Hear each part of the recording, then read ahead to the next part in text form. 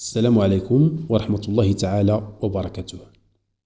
تخيل معايا مدينة كانوا الناس كيعرفوها غير بالهواء النقي والغابة والهدوء. مدينة كانت كدوز تحت الرادار ديال المستثمرين، واليوم ولات فجأة محض أنظار كبار المنعشين العقاريين والمستثمرين الصغار وحتى العائلات اللي باغية الاستقرار. بن سليمان ما بقاتش غير مدينة هادئة، بن سليمان ولات المنطقة الصاعدة بامتياز في جهة الدار البيضاء سطات، ولات المكان اللي فيه الفلوس العقارية كتحس بالأمان، خصوصا مع اقتراب سنة 2030 وبناء الملعب الكبير والمشاريع العملاقة اللي غادي تقلب موازين المدينة كاملة. في هذا الفيديو ما غاديش نعطوك غير أرقام، غادي ندخلوا لعمق السوق ونفهموا علاش الثمن طلع هنا وعلاش واقف هنا وشنو كيتباع دابا وشنو اللي غادي يطلع ثمنه مستقبلا. واش الشراء دابا مخاطرة ولا فرصة؟ وشنو الفرق بين مشروع شمس المدينة ونجمة بن سليمان والأحياء المحيطة وحتى الأراضي الفلاحية اللي ولات هي الذهب الحقيقي ديال المستقبل؟ إلا كنتي مستثمر ولا باغي تشري دار ولا حتى غير باغي تفهم السوق، خليك مع هذا الفيديو حتى الاخر، حيت فيه معطيات ما غتسمعهاش عند السمسارة ولا في الإعلانات.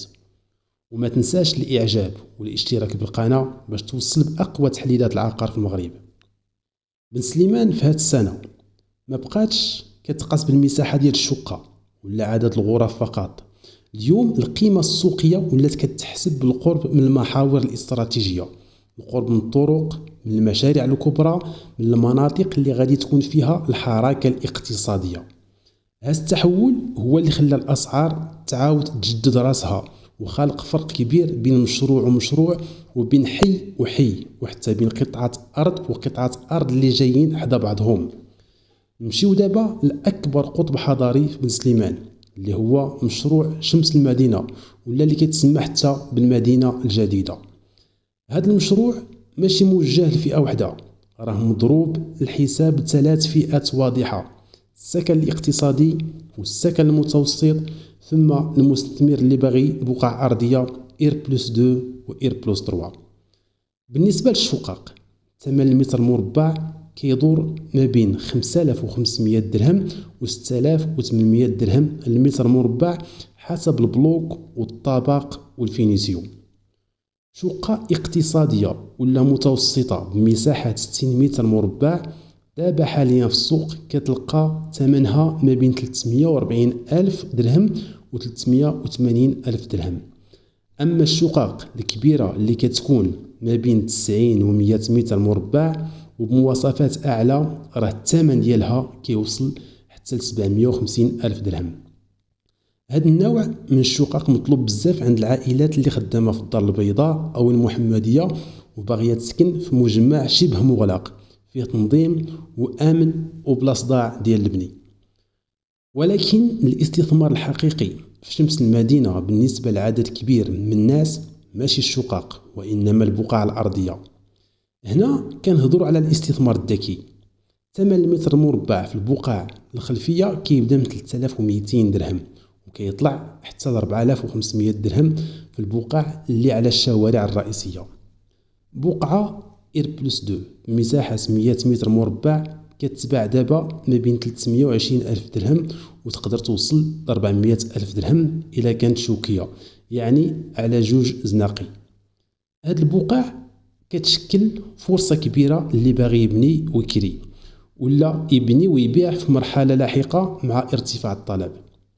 من شمس المدينة نمشيو لجزيئة أخرى ولات رمز للاستقرار العائلي، وهي نجمة بن سليمان، ولا اللي كيعيطوا ليها حتى نجمة المدينة. هاد الجزيئة مطلوبة بزاف عند العائلات اللي باغية تبني دار ديال الهموز بلا عمارات كبار وبلا كثافة خانقة. ثمن المتر المربع ديال البقع السكنية كيتراوح ما بين 3800 و 4600 درهم حسب الموقع داخل الجزيئة. أما البقع التجارية هنا راه كنهضروا على أغلى حاجة في بن سليمان تقريبا. البقع إير بلس 3 و إير بلس 4 ثمن المتر مربع فيها كيدور ما بين 5500 درهم و 7500 درهم المتر مربع. بقعة المساحة ديالها 108 المتر مربع مصنفة إير بلس 3 كتباع دابا ما بين 440 ألف درهم و 550 ألف درهم، بينما البقع إير بلس 4 مساحة 123 متر مربع ممكن توصل حتى ل 900 ألف درهم. علاش؟ حيت الطلب التجاري طالع والكثافة السكانية في هذه المنطقة كتزاد، واللي كيشري هنا كيشري المستقبل ديال الكراء. دابا خاصنا نوسعوا النظرة ونشوفوا الأحياء المحيطة باش نفهموا الصورة كاملة. نمشيو لحي الفلين مثلا، راه من أرقى الأحياء في بن سليمان، هادئ بزاف ومطلوب عند الناس اللي باغية الفيلات. ثمن المتر مربع ديال الشقق فيه كيتراوح ما بين 6500 درهم و 8500 درهم المتر مربع، والبقعة الأرضية ما بين 4000 و 6000 درهم للمتر مربع. حي القدس العكس شوية، حي شعبي منظم، كثافة سكانية عالية، حركة تجارية كبيرة.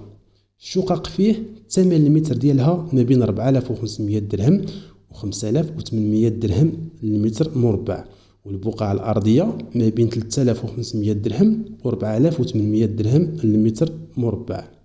نمشيو لحي ليشين قريب من وسط المدينة، طلب عليه دائم والأسعار مستقرة.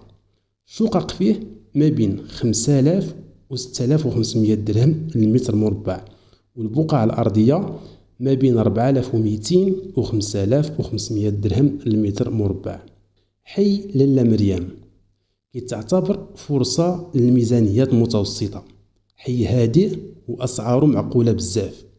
الشقق فيه ما بين 4000 درهم و 5200 درهم للمتر مربع، وبالنسبة للبقع ما بين 3000 درهم و 4200 درهم للمتر مربع. أما حي الجولف فراه قصة أخرى، منطقة ديال البريستيج، فيلات فاخرة، إقامات مغلقة، وثمن المتر المربع ديال الشقق ما بين 12000 و 15000 درهم، والبقعة الأرضية ما بين 7000 و 10000 درهم للمتر مربع. إلا خرجنا شوية من السكن الحضاري ودخلنا لعالم الأراضي الفلاحية، هنا كنلقاو الذهب الحقيقي ديال السنوات الجاية.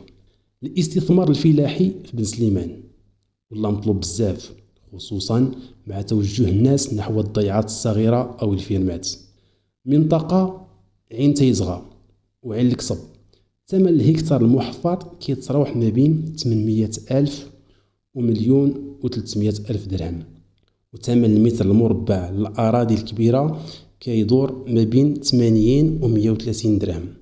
طريق سيدي بطاش زيادة من أكثر المناطق طلبا للضيعات الترفيهية، ثمن الهكتار كيبدا من 600 ألف درهم في الأراضي البعيدة، وكيطلع حتى ال1,000,000 درهم في الأراضي القريبة من الطريق المعبدة، والمتر المربع ما بين 60 و 100 درهم. أما طريق بوزنيقة فهي الأغلى بلا منازع بسبب القرب من طريق السيار والبحر. ثمن الهكتار كيتجاوز 1,500,000 درهم، والمتر المربع ممكن يوصل حتى ل 150 أو 200 درهم إلا كانت الأرض مجهزة بالبير والضوء. دابا نختمو بنصائح استراتيجية مهمة. إلا كنتي مستثمر عقاري ركز على نجمة بن سليمان، خصوصا القطع التجارية إير بلس 3، حيث العائد من كراء المحلات التجارية كيطلع مع النمو السكني. إلا كنتي باغي سكن عائلي، شقق شمس المدينة اختيار ذكي، آمنة، منظمة وقريبة من محاور العمل. إلا كنتي مستثمر فلاحي، قلب على الأراضي في جماعات فضالات أو عين تيزغا، وتأكد ديما من الشهادة الإدارية والتحفيظ العقاري، وبعد على الأراضي السلالية مهما كان الثمن مغري. واخا نخليو ملاحظة أخيرة مهمة، جميع الأسعار اللي ذكرت هي متوسطة السوق في بدايات هذه السنة، وتقدر تختلف ما بين 5 و 10% حسب التفاوض والموقع الدقيق داخل كل جزيئة. بن سليمان اليوم ماشي غير مدينة، راها فرصة، ولكن الفرصة خاصها الفهم وخاصها الحساب والتوقيت الصحيح. السلام عليكم ورحمة الله تعالى وبركاته. ما تنسوش اللايك من فضلكم.